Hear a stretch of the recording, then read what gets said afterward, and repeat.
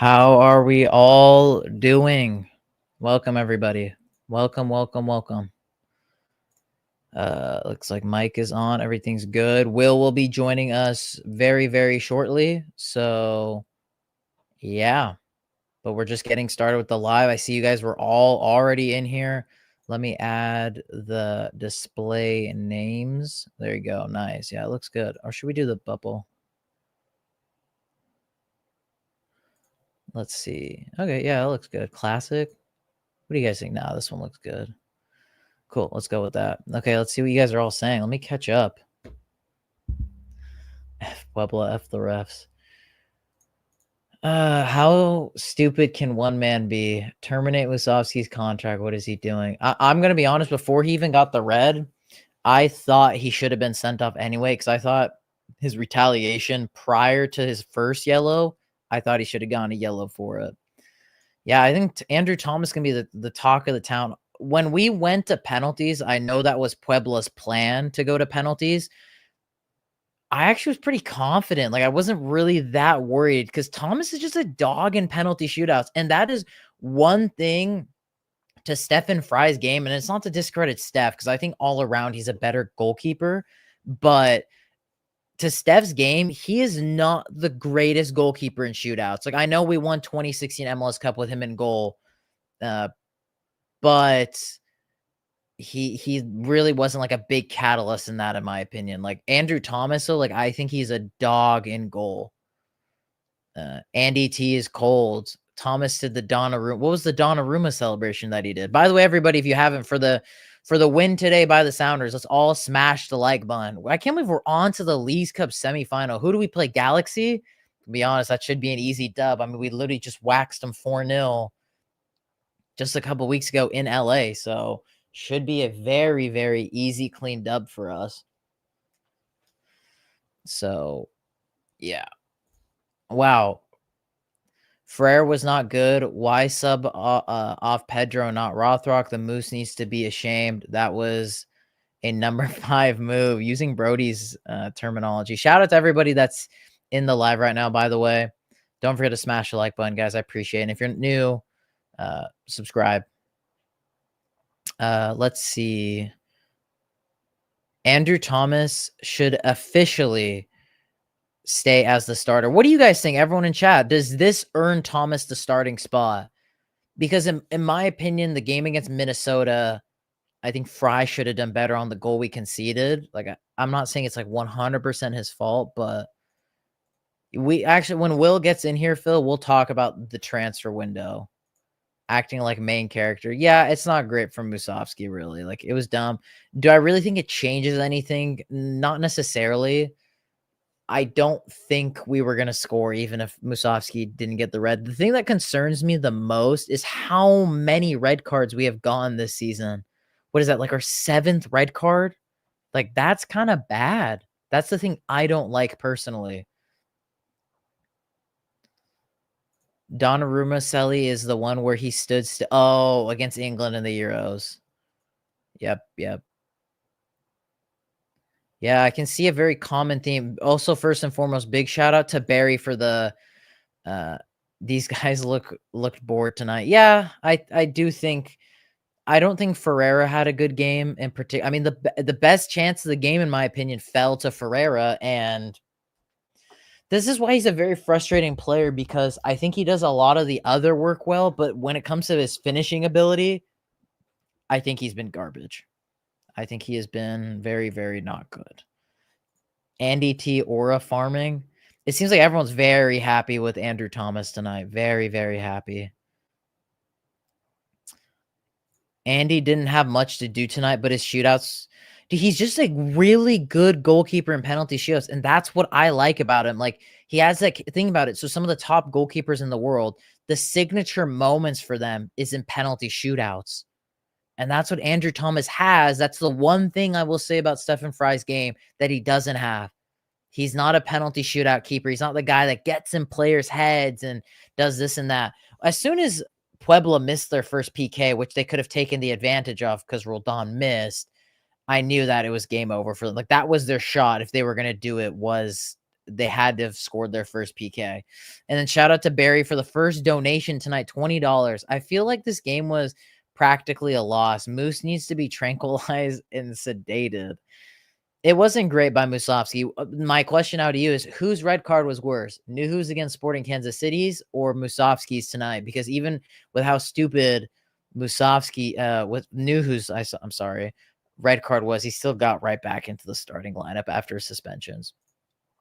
I thought Ferrer should have been subbed by Leyva a long time ago and CR7 at the 10. The service was terrible. And all in all, I think the game was boring. It's not the end of the world, but it was a fairly stale game. Yeah, Andrew Thomas 100% was man of the match. 100%. All right, we have our special guest too. So I'm going to catch up with the chat too, sorry. Oh yeah, Brian Thomas to the rescue. I think that's the perfect time to bring in our special guest. Special guest. William, your favorite player, Brian Thomas, clutched up tonight. Man, so many thoughts about that game. Muted, Will. Gotta unmute yourself. I'm not muted. Audio's on a low. One sec. No, it's. Let's see. Are you unmuted? Yeah, I'm good. Can you guys hear me? Can the chat hear Will, or is it just me? Here, let me disconnect and maybe it's connected to my phone. That's why. I think it's just you. Turn off Bluetooth. Oh, okay. I can hear you now. It was me. I apologize. Yep, it was because you hear this, man? Listen, this guy's hearing ability was the same as the Sounders' attacking ability tonight. Oh, I don't want to hear it. So, what do you think? What was your thoughts on the match? I mean, as I said, it was a pretty hard to watch game for the most part, though. Okay, so here's my thing, right? Okay. There's a lot to talk about. I really wanted to come on because of tomorrow as well, being the transfer deadline. But I want to talk about, I guess we can hit on tonight. We can talk about that at the end because I think I might clip it out as its own video. So let's talk about the game. Okay. So tonight we saw a perfect example of why they cannot rely on Danny Musovski as their striker. Tonight, they came back to reality. Now, obviously, Puebla had a very good game plan, low block, kind of just really frustrated and clogged at the middle and just really eliminated the Sounders in the attack completely. Because they didn't have any chances, Sounders. They didn't have any chances tonight. What was the one game? Wasn't there a game the Sounders had? No, okay, never mind. It was the opposite. It was against Botafogo. They had a lot of chances. They just weren't able to score. It had a lot of shots, but no shot. They weren't able to score except, or maybe they did. Did they score on Botafogo? It's been so long. Either way, they don't have anybody who can finish. They did not have anybody who could create. They could create tonight. Nobody did anything tonight in the attack, right? And the saddest part about it is that Puebla is a terrible team. They're the 17th out of 18th place team in and have an interim head coach too. And have an interim head coach and had to travel all the way from Mexico to Seattle, Washington, which is probably a 3,000-mile flight. So this is since the Club World Cup, because, or before the Club World Cup, this is the worst game that Seattle has played in the last 2.5 months. Yeah, which that's not a bad thing. It's not the end of the world. It's not a bad thing. No, it's not a bad thing. It's just like, look, we're not here to be negative, right? Yeah, you scored against Bodo. That's right. The one goal against Bodo. I'm not trying to be negative. I'm trying to be like honest that we see the flaws that this team has had that we've all been talking about. And the sad part is that Craig Weibel thought, oh, you know what? We're good. We're on a hot streak right now. The team is fine. Well, clearly they're not. And now he's waited so long. I don't think they're going to get a transfer done in time tomorrow. So this is the reality, and it's sad. Adam asks with a $2 donation, and shout out to Adam. And by the way, everybody, if you haven't already, make sure to smash the like button on this video. Let's get over 50 likes on this stream right now. There's over 50 of you here, so everybody like it up.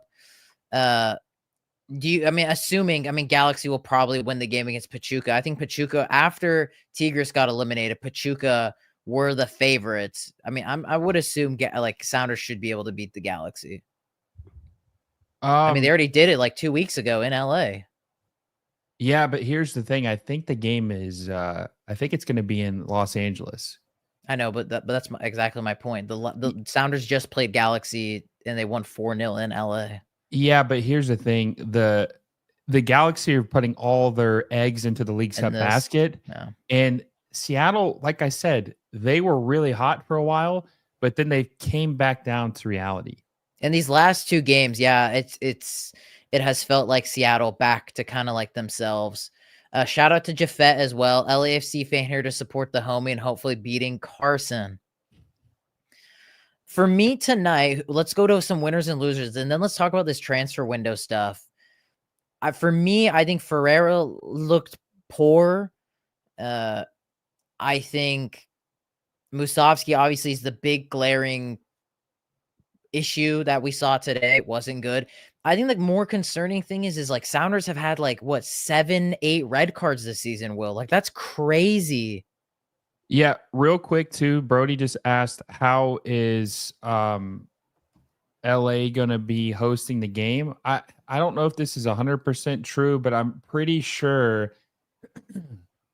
I'm pretty sure that it's really weird. It's not about how you performed in the tournament. I think it's about what your ranking was before the tournament. And since the Galaxy won MLS Cup and Inter Miami won the Supporter Shield, they are going to be. I think that's how they're doing it. That's what I've been told. I don't know if we have real clarity, but from what I was told, I think the Galaxy are going to host the game. So I just wanted to point that out because Brody had asked how they were going to host the game. And Brady was asking too. Can you confirm? From what I've heard too, it was going to be in LA as well. I think Favi was telling me that. So now that could be wrong, but we'll see. But that's see. what I've heard. I mean, but either way, I think Seattle should easily win the game. It doesn't for me. It doesn't matter in LA, in Seattle, doesn't matter. Barry with another $20 donation. The law of average in full effect with red card over the past 16 years. Yeah, well, real quick too, because the Danny Musovski red card, like, what the hell was he thinking? Is the guy? I mean, I don't really recall him being that much of a hothead to where he can't even control himself. But like, maybe the foul was weak. I won't disagree with him on that. Like that he shouldn't have been given a yellow card to begin with. But to react like that, I mean, when the hell do you ever get in a ref's face and like, essentially like lunge when at he them with did your that, chest? I knew instantly he was getting a he's red. cooked. Yeah, he was cooked. Yeah. Like, so when is that? And now the dumbass is going to be out next game. And now their second string line, their second string striker, third string, I guess. Well, no, I'm saying he might be the second string, right? Musovski, I mean, I guess depends on how you look at him and Morris. But either way, they're already weak at that position. Now they're going to be even weaker at that position. Yep. Anyone that stood out to you in the game, positives? I think Georgie came on, made a really big difference. Andrew Thomas. I mean, we were kind of the first pioneers of talking about the Andrew Thomas. You mean Brian Thomas? Possible. Brian Thomas. Sorry. For all of you that don't know, quickly to reiterate why we call him Brian Thomas, Will one time accidentally just called him Brian Thomas, and people have kept the joke going in comments and stuff. So I think it's only right that we keep it going.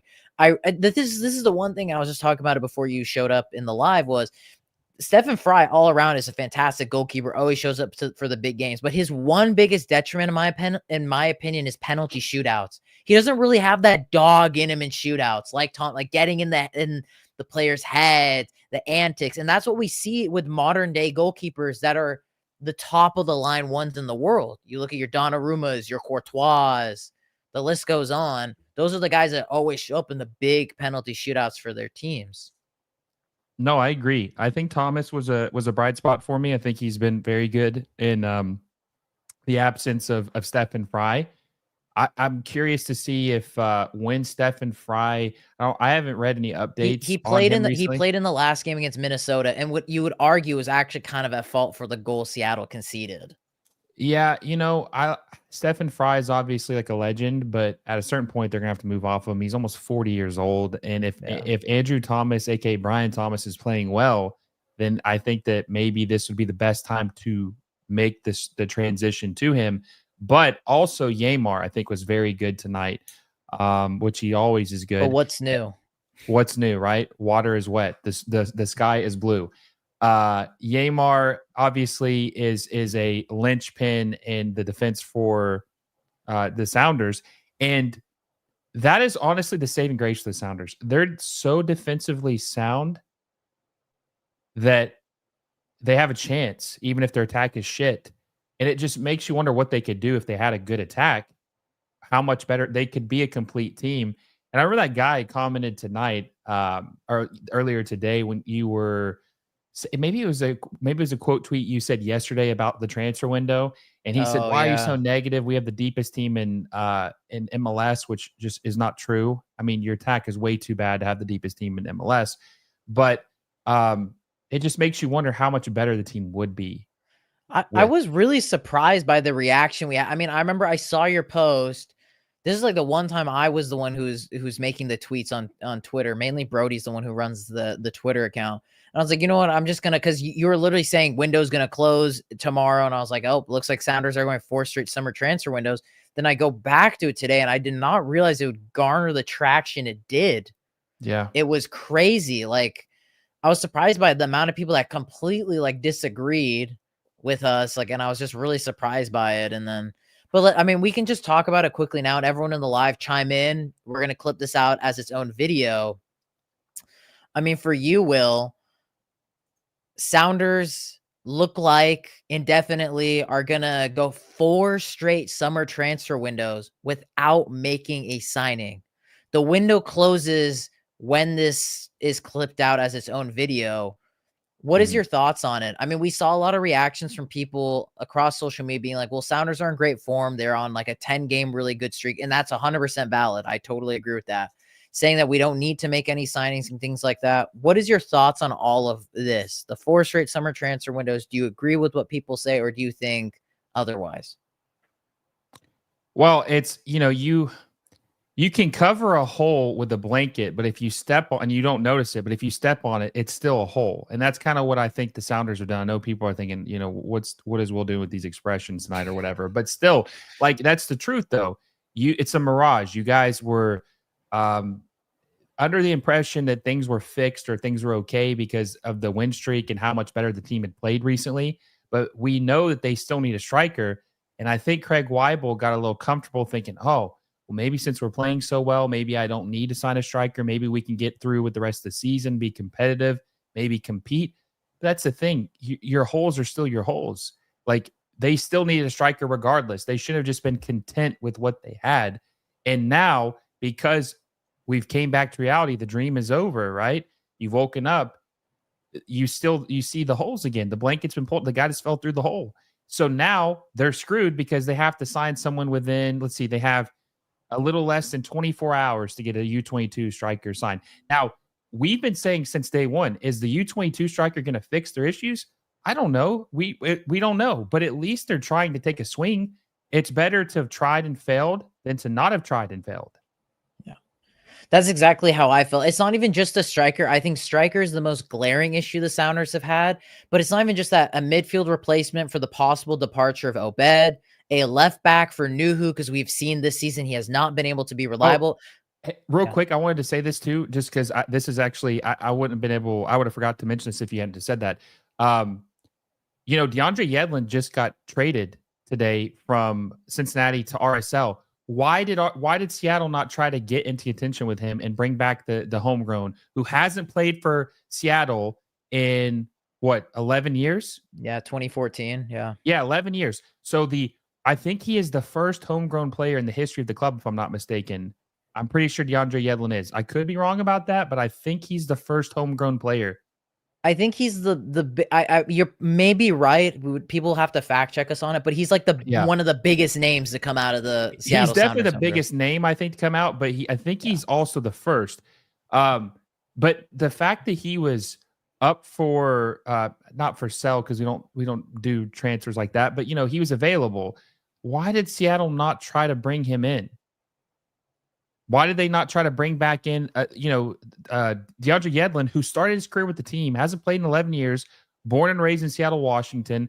Why did they not try to bring him in that could have helped in the attack? And obviously his defending is okay, but he's really good when he moves up the pitch. Like he's fast. I think he's a better version of Roldan. like Alex Roldan. Yes, he is. Yeah. Yes, he is. He's a better fit than Alex Roldan. And that's one move that I wanted to mention because when I heard he was available and I think RSL got him relatively cheap, and we know that Seattle love to get their players cheap and their domestic players. Why did they not try to make this deal happen? Yeah, I think there was a lot of head scratching. I think if this was any other club around the world, and also let me quickly address Barry's comment saying, I'm tired of seeing Pedro trying to move with and without the ball and everyone is a statue watching. I 100% agree. But when it comes to this window, to keep it on that topic, it's just disappointing. 4 straight something like, and there's excuses after the first one. We don't need to make signings. We won CCL, this and that. That's fine. Then another window goes by and you're like, oh, we don't have much roster flexibility. Another window goes by. Oh, you're just chatting shit. Like, we don't need to buy anybody. But 4 straight summer transfer windows without a single sign. I feel like if this was any club in the world, because this is the main transfer window around the world, and we didn't make a single signing, like, it really hurts my head. I understand that Sounders are in good form recently. I think this team's solid, but at some point there does need to be a change in the guard. But players get 1 year older, players get more injured. Like, you have to build for the future a little bit. And I understand it is risky bringing in U22s. It's not just a striker, in my opinion. You need a possible replacement for Obed. You need some outside back depth, especially in the left back position, because Nuhu hasn't been reliable. You couldn't have taken a swing at any of those because you have 3 open U22 spots. That's what surprises me so much. And I feel like it was just kind of like Noah, Ohio, or bust. Vamos Sounders was talking about it in the live that it looks like we put all our eggs in the Noah, Ohio basket. We swung, even though he was a guy that didn't even want to play. And I sent you the tweet that it looks like Noah, Ohio's even out the door anyway with Utrecht. So, like, it makes it look kind of bad because it's like, it looks like a good move for us, but it was a guy that doesn't want to be coming to MLS. So why did we even go for him? Why did we even attempt that? That's what I just don't understand, and it kind of pisses me off. I have to point this out real quick, right? You remember in the offseason when I had an interview with a Sounders reporter and they told me that they re-signed Albert Rusnak because they didn't want to take the chance of losing him, like offering him a TAM deal, him saying no, hitting the market, signing with another team. They didn't want to have to take a chance of having to pay a transfer fee for a player and have to spend a lot of money to replace him. So they were willing to overpay to keep Albert Rusnak. I'm going somewhere with this. I want to point this out. The Colorado Rapids just spent $9 million on Paxton Aronson. The Colorado Rapids, as some people call them, the Crapids, okay? One of the cheapest teams historically, least ambitious teams historically. Owner probably doesn't even know he owns a team. They spent $9 million on Paxton Aronson this summer. Got a 21-year-old to leave his Bundesliga team. He could have had other options to come back, and they're going to make him a DP. So the Sounders are getting outspent by the Rapids now. But then people would argue, but spending doesn't mean success, Will. Yes. Listen, if you don't spend money, then you're going to have a lower chance of hitting. Jesus Ferreira was a bargain deal that they did. They traded imaginary Garber bucks for him. And how's that working out? How is that working out this year? I think he's been okay, but again, not the piece that's going to move the pendulum. He's very mid. Yes. He's very and that's mid. What we said. That's what we said when we initially made the signing. Yes. He's very mid. And you know what? No one is saying that you have to break the MLS transfer fee record, but you can make a smart signing and still spend $7 to $8 million. All of the Sounders' best signings have been $7 to $8 million. Literally all of them. Dempsey, Ladero, Rui Diaz, all of those guys cost $7 to $8 million, and they are I think Obafemi costs like $5 or $6 million. I would even think less. I think it's even less. Maybe it was $4 million. Something like actually they did get him on a pretty good deal. But all the best players in the history of the team cost between $7 and $8 million. You just don't get bargain signings and expect them to change the franchise or the club. It just doesn't happen like that. So it feels like a missed opportunity. But here's the problem: it's just like a wash, rinse, repeat type thing where they're going to end up making the playoffs. They're going to be the third or fourth seed, and they're going to say, "Oh, we're good. We're a piece away." And then Greg Weibel doesn't do anything in the winter window. And says we're waiting to the summer, and then in the summer he says we're waiting to the winter. It's always the same thing. Like it's the same excuse, but I just get annoyed that people feed into that. That's what I think annoys me the most. Is like how after 4 summer windows, I believe the Sounders will be the first ever team to not make a signing for 4 straight summer transfer windows, and people will have to fact check us in the comments. But for like not one addition, that's just, I mean, I don't even know. That's just like some blind love if you're willing to defend that.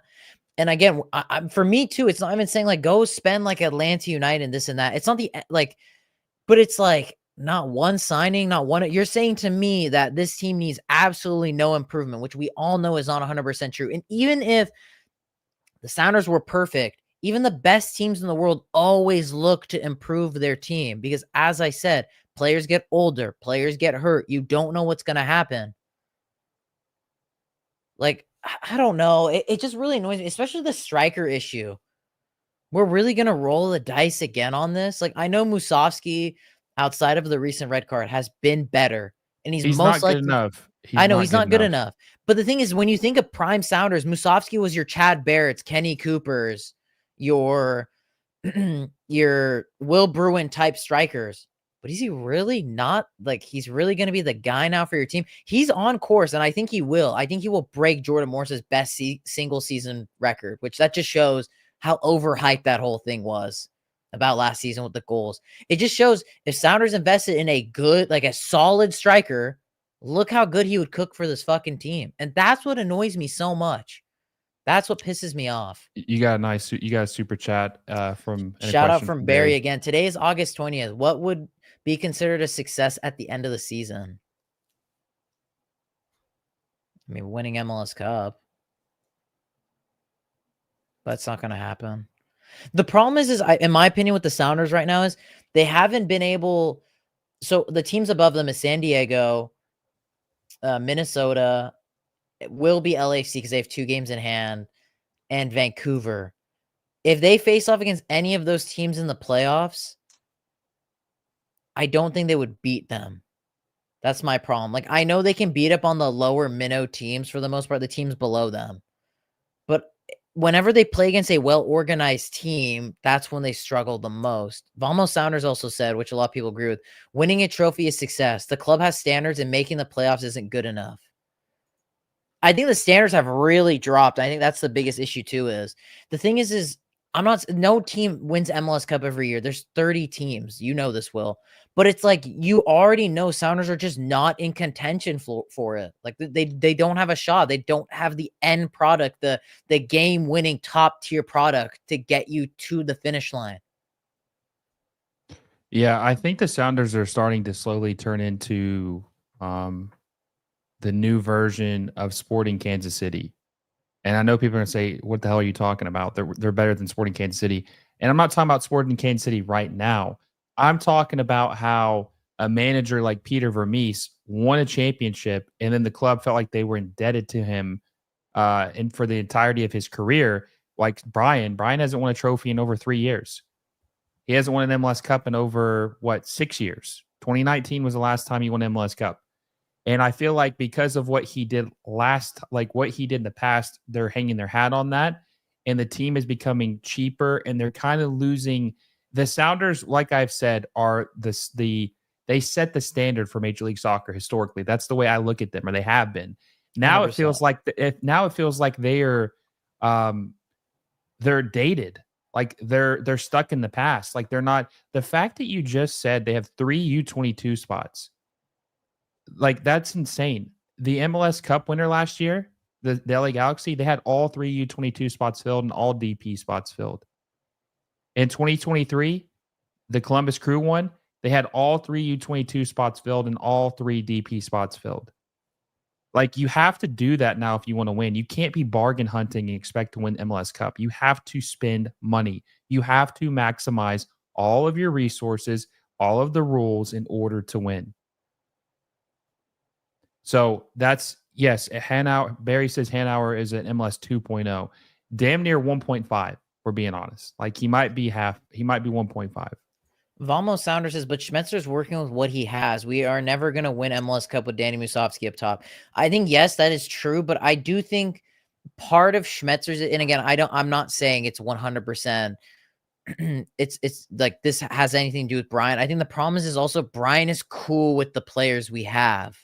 That's also the problem. Like he likes Morris. Like he thinks we're good enough with Morris. He likes Alex Roldan's the new like I do think he plays a lot bigger of a voice in these MLS transfers now under Weibel and this ownership than before when Garth was on the helm. Like realistically, we don't see Schmetzer ever complaining about bringing in players. We don't see him like obviously I know he's not going to kick up a fuss, but like he's happy with Morris as a striker. He's happy with bringing in Tacoma Defiance guys. Like so it plays a role. A coach has got to be like, hey, like we don't have a good enough players, and that's why I can't see exactly like what you said. He feels good with the team. Like, and so I think that that plays a role in it too. It starts from all levels: ownership, Weibel, Brian. Like he is too content with what we have, and I think again it all plays a part. I think it all coincides with each other. So I'm not saying we need to sack Brian, but I do think he plays a role in why there hasn't been that many signings because he's happy with the guys we have. That's just the guys he wants to roll with. And if ownership sees, hey, Brian's happy with Jordan Morris as our main striker, then they're gonna be like, oh, we don't need to bring anyone in. We don't need to make investments. That plays a role too. I was told that what's his name? Garth Lagerwey was trying to leave Seattle years before he actually left. Yeah. And he almost took the job in Chicago, but they couldn't agree to terms. And I heard that him and Brian disagreed philosophically on a lot of acquisitions. And also Garth was wanting a little bit more money to spend on the team, and Adrian Hanauer wasn't willing to do that. So when he left, essentially Craig Weibel answers to Brian Schmetzer. Like Brian tells him what players he wants, and he has to go sign them. And Craig is not going to go push Adrian to give them more money to spend on players like Garth would. Garth would really push him to give a little bit more extra money.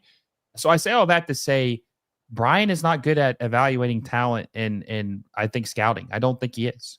And they're not doing, and Craig is not good at it, obviously. So they're just kind of stuck in this cycle where they're not really adding any quality players that can really make a huge difference. Just like they're stuck in a cycle. And the only reason they traded for Jesus Ferreira, not because anybody scouted him, they just automatically assumed because he had 1.5 good seasons at Dallas that he would be able to maybe be better at Seattle than he was. Not better than he was at Dallas, but he would be able to be as good as he was in those 1.5 seasons. Clearly, that's not the case. I think one thing that's funny too is the one signing that I've liked that we've made in the last 3 years, including Pedro. But in my opinion, I think the only ambitious signing we made was bringing in Ryan Kent. Like I loved that signing. That was the one sign where I was like, okay, I like this. This is fun. This reminds you of vintage Sounders. Like he kind of reminds you of because Oba was a guy that was a journeyman in Europe. Kent was kind of the same thing. He's not a big name, but he's a guy that in theory, with his build and how he plays, will be a success in MLS. The crazy part is to me, Will, and I hate that people get this twisted saying, oh, well, we brought in Ryan Kent for the Club World Cup, this and that. No, we brought in Ryan Kent only because Ariola got injured. That's the only reason we made that signing. Yeah, I agree. And that was another bad trade. Yeah. Paul Ariola. Yeah. So this is what I'll say, because I kind of have to go here in a little bit because it's 2 a.m. on the East Coast, but I only do this because of you guys. I'll say this. This performance tonight was not good. Puebla is a bad team. They have to play the Galaxy. We'll see what happens. They're not going to get any reinforcements, and even if they did get reinforcements tomorrow, they wouldn't be able to play in this tournament. That ship has sailed. The rosters are locked in. This is the team they're rolling with until the end. So I just don't see Seattle, which maybe we'll do another stream or episode about the aftermath of the window, to really talk more about it. But I just don't think the Sounders are going to go far this year because they don't have the pieces to do it. They just don't. They don't have the attacking talent. You got to be able to score. MLS is a league that is catered around the attack. And if you can't score goals, you can't go far. You just can't go far. What was the Sounders undoing last year in the playoffs? What was their undoing? The offense. When who'd they lose to? LA Galaxy. And what was that? What were the LA Galaxy incredible at doing? Offense. They had Joseph Paintsil, Gabriel Peck, and Jovic, I think, all scored over 15 goals last year. Their front three. I mean, Sam's saying, bro, have you watched our attack all season? Have I watched it? Yes, of course I've watched it. That's what I'm saying. Because I'll say this: the counter argument is recently this like recent 10-game stretch, Sounders have been scoring goals for fun. Do you remember what I said though? It's like covering the hole and thinking that it's sealed up, and then you step on it and you fall through. Yeah. Yes, it's okay temporarily. Yes, it might not fall through immediately when you step on it, but it's not going to hold permanent. And tonight you saw that they need a striker. They played the worst team in Liga MX at home. They should have. And also, too, what about the Botafogo game? Now, I know that you talked about Roldan scored that one goal, which I think it was technically a deflection goal. That's what I remember. It was like it deflected off the defender and went in. Head. They had 25 shots and didn't score a single legit goal, like where they just finished a chance and it looked good. They had 25 shots. Yeah, I think it's unfortunate the Sounders have had this really great stretch of form during the summer window, because if any of the form that they've had throughout the season was happening now, I think it would push fans more on like, yeah, we still need to stick to the game plan that we've had, because all year we've been on this, like, we need to fill these U22s. We need to make signings, especially in the striker position, this and that. But because of the recent form, which has been great, I think things have clicked well for the team during this stretch, but we have to remember this is like, what, a 50-game season we play. 50-game season. So we have to be more consistent throughout an entire season. And Thomas with a super chat, big shout out to Thomas. 100%. He always feels content. RE, what do you mean? What does he mean by RE? His coaching staff, only new blood was Andy Rose, who was a former player. This fan base is numb at content now too. At content. I don't totally get your comment, Thomas, but yes, I get the general gist of it, but I'm also kind of getting tired. Yeah, me too. I mean, it's 2 a.m. on the East Coast. The games have been pretty, two of the games are just really boring tonight. The Sounders game was really boring. It was, let's be honest. It was very boring. So was the Orlando City Toluca game was super boring. I mean, a 0-0 draw to penalties is not very exciting, So you guys are going to play the Galaxy. We'll see what happens. It's just a shame. If I told you guys before the window opened a month ago, maybe it was even a couple weeks ago, the MLS window is so messed up. I don't even know. Like, it's not traditional. Either way, that'll change eventually, hopefully. But if I told you guys before the window opened that you wouldn't make a single signing, you all would have said I was crazy. You would have said there's no way. And you would have said that something is going to happen. But here we are. Greg Weibel, general manager, Brian Schmetzer, manager, looking like they will not have another signing in the summer window for a fourth straight year when they clearly have holes. Barry with another super chat. Shout out to Barry. Cheer up, guys. Jordan and Albert are the summer signings when they return from injury. Oh, man. Before, while Will's heading out, guys, to finish off the live, what is your guys' thoughts on the Sounders indefinitely, in my opinion, not making a signing for the fourth straight summer transfer window? Everyone let me know your thoughts in the live and as well in the comments when this is a video. Will, thanks again. I won't hold you up anymore. I'll finish off this live. Thank you for coming in yet again. And maybe we will have you on for that video when we talk about the window ending and whatnot. So I think that needs to be its own video. You guys let us know if we should have Will back for a video talking about that. Real quick, I'm doing I'm going to do a live stream tomorrow at 2 p.m. Pacific time, 5 p.m. Eastern time, talking about all the transfers in Major League Soccer, the deadline day. We're going to talk about as many as we possibly can.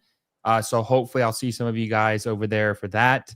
And I'm going to do a watch along for the Sounders game as well. Maybe Cheyenne will do that with me on my channel, and then I'll come over here and do the post game with him. I think that's a great plan. Yeah, but I'm going to do a watch along for both games, the Sounders versus the Galaxy, and then Miami versus Orlando. So hopefully I'll see you guys there. Make sure you check out my content if you haven't at MLS Moves. I'm covering the whole league, all the big news, all the big transfers. So I hope to see you guys over there. Hope you guys have a great night. And hopefully the Sounders surprise us all and make a move tomorrow. Thank you again, Will. Make sure to go to his live for that tomorrow. And then, yeah, we're going to see him back on the channel again soon. See you guys. See ya. All right, everybody. Let's close out. Let me read your guys' last comments. That's funny. Vamos, get ready for Brian to say Jordan coming back is basically a new signing. Poppy Lover saying not surprised. I'm from LA and will be there, be with my green and blue. Subaru. Shout out to you for going to that. Regarding his coaching staff, the only new coach he brought in was Andy Rose in the past 5 years. He's content. The fans are content and numb, letting everyone slide because we all trust his decisions. Yep. I think you got that one spot on. You're saying I'm pissed, but not surprised. I think Brody said the same thing too when we talked about it. Not surprised that we did the 4-peat. Because, I mean, if we already did it for 3, why would we not do it for 4? I'm fired up now. No more Orca kits. Let's stick with the blue ones, the Salish Sea one. The next Leagues Cup needs to be hosted in Mexico. Feels unfair. I actually agree with you. I was talking about that earlier today. At least we won. Hopefully we see. Yeah, I mean, the silver lining is we won. Was it a bit dirty? It was bound to happen. Like, we were obviously going to have to go down from the high of the multiple goals. It just shows, though, that the issues that we've had with the team, like, I think that's starting to creep back now. And I think we're now starting to see the Sounders of old a little bit. I think we were on a purple patch. I think I talked about it a lot in our group chat. We kind of had the similar form last year where we had a really good summer period and then it kind of tailed off near the end. We started off bad, great summer period, and it tailed off. I mean, obviously we didn't start this season as bad. It was a little bit of an up and down start to the season. Now we've kind of hit that purple patch and it feels like we're starting to a little bit come back down to earth after the Minnesota and this game against Puebla. But again, I'm not too worried. I think, Barry, you talk about it a lot. The big thing is with us making it to the semifinals, we have a shot of qualifying for CCC next season. So that will hopefully give us an instant spot, be it if we make it to the final or win the 3rd place game. Yes, I 100% kick a ball pod. I miss Nico and Freddie as well. Guys, if you haven't already, by the way, make sure to smash the like button on the stream. Oh, Sergio, were you the one that I sent those out to? No problem. I also threw in some extra stuff in there for you when you got it. Threw in some stickers and some Sounders cards. I forget which players I threw in, but I try to get a variety. I kind of had to read you a little bit on who I thought you'd like. But yeah, I appreciate you buying those. I had extras. I put it on my Roldan kit. Yeah. I like when the purple patch is at the end of the season. Well, yeah, that hasn't really happened for us in a while. No, I think if we make the final, I'd rather play Miami than Orlando. Feel like the boys would be up for that game more since it's...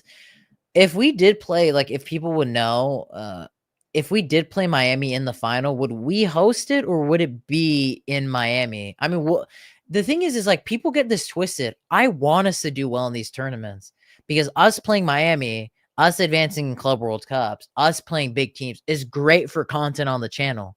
Because then we get to do these big lives, watch-alongs, post-match reactions with you all.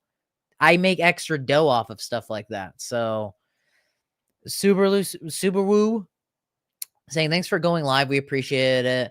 And like always, a good job with the YouTube channel, Instagram account, Sounders Slide Die. Hey, man, I want to say I appreciate it, man. It's a lot of work sometimes, but yeah. Kick a ball pod. I don't have any more extra Club World Cup patches. Just make sure to follow us on Instagram. If I ever am like getting rid of Sounder stuff, I always post it on there, like when we do giveaways and whatnot. So yeah, I'm sure Garber will find a way for. Yeah, I think so too. I did not see Mascherano. Did he get sent off today? I didn't see that. I personally, Barry knows because he reached out to me. I had actually my own game, so I did miss most of the Sounders game. Brody and J. Ross and Colin all caught me up with everything, and I made sure to rewatch the parts I missed, the key parts anyway. I had my own game. I had 2 games actually, and then I got home and then did this. So I'm really, really tired. Everyone's asleep. I kind of want to go to bed soon. So I had my own personal games. We won one, we lost one. In the game we lost, I scored a hat trick. And my first goal is really nice, but I don't care if I score goals if our team doesn't win. That's the part I don't care about. I don't want to play Miami with the refs on their side. Mascherano today was suspended, but up in the stands on a phone call with the assistant manager, and they didn't say anything. That's crazy. Why did he get a red card, though? That's what I'm wondering. That's crazy. Calling it. Well, did he use like his iPhone too? Like, or did they get like a little walkie-talkie type situation? That's crazy. Man, what a night. Big shout out to everyone that donated. Barry with members for 7 months, at $20 from Barry, $2 from Adam, $5 from Jafet. Jafet's also the boy. He works for Saturdays Football. We became really close after I got to meet him when they did do their pop-up here. It's honestly, truly an awesome dude. Barry again, Barry again, Barry again. Thomas as well. Shout out to Thomas Garcia and then Barry again. I love doing these lives. They're a lot of fun. Shayan Musovsky. Oh man, it was funny actually. A subscriber on the channel was there too. I'm pretty sure I scored a hat trick. I played another night, and he was playing on the opposing team, and I'm pretty sure I scored a hat trick in that game too. Yeah. Can you replace? The only problem is I'm not very athletic. I can just use both feet though. I scored the first goal. It was I will say, like, not to toot my own horn, the first goal I scored was nice. I just took on the defenders. I cut it onto my left. I'm a right-footed, but then I just fucking slashed it perfectly into the corner. I was even surprised. But we were down like 4-0 at that point, so it didn't really matter, but it felt nice. Yeah, his iPhone is crazy. Sounders should sign you at striker. I'm not that good, guys. I'm trying to get back into playing. I don't know if you guys followed the Instagram. I'm trying to get back more into playing. I feel like since I started a 9-to-5 job, like I feel like I've become a fatty, and I hate it. I hate the way like physically the lack of exercise I do now. Really, like not to complain, doing this stuff, the content on top of going to work, on top of dealing with whatever external things, it can be a lot. 4-4-2 with Sean and Brody up top. Me and Brody did actually play a few nights ago together. And that was kind of rough. I don't know if Brody scored at all. He had a moment where he like diced like multiple defenders, sat the goalkeeper down, but just put his shot wide. And I think I scored a free kick. That was the team we had was really bad. Hit up Brian. You're from Seattle, I'm sure. The thing is though, like, yeah, I was born here, but like I'm of Iranian descendancy. I'm not white enough, I don't think, for Brian. That's the problem. We need to see highlights. Thing is, I was never a guy that like recorded anything, and nor did I play at like a super high level. So I don't really have much footage of me.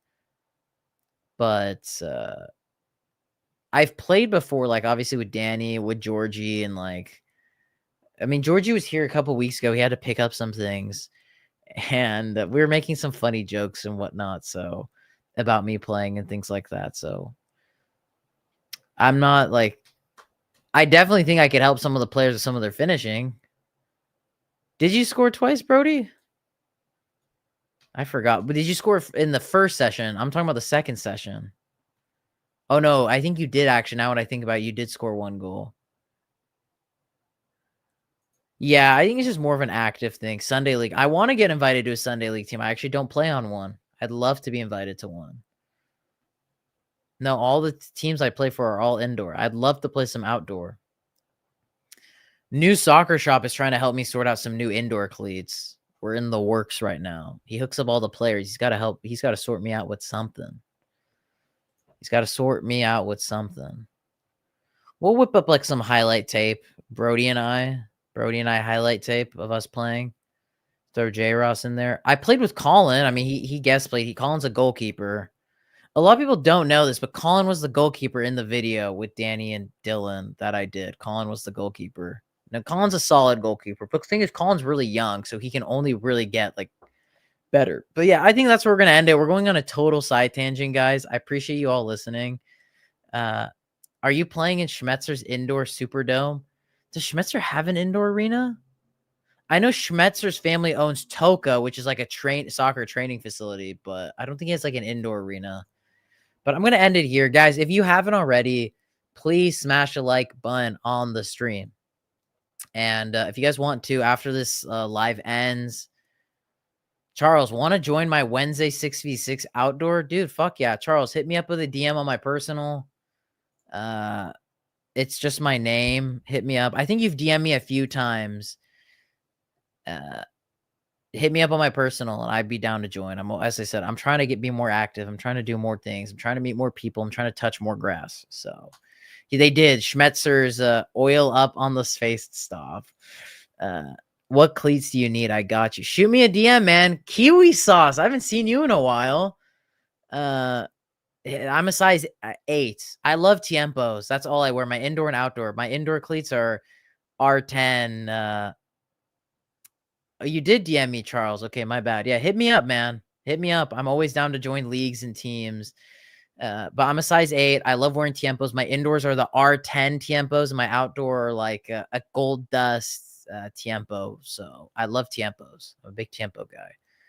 But yes, they used to own Schmetzer's Sport Haus in Everett, the soccer store. I used to love going there as a kid, funnily enough. I didn't know there was a correlation between the two.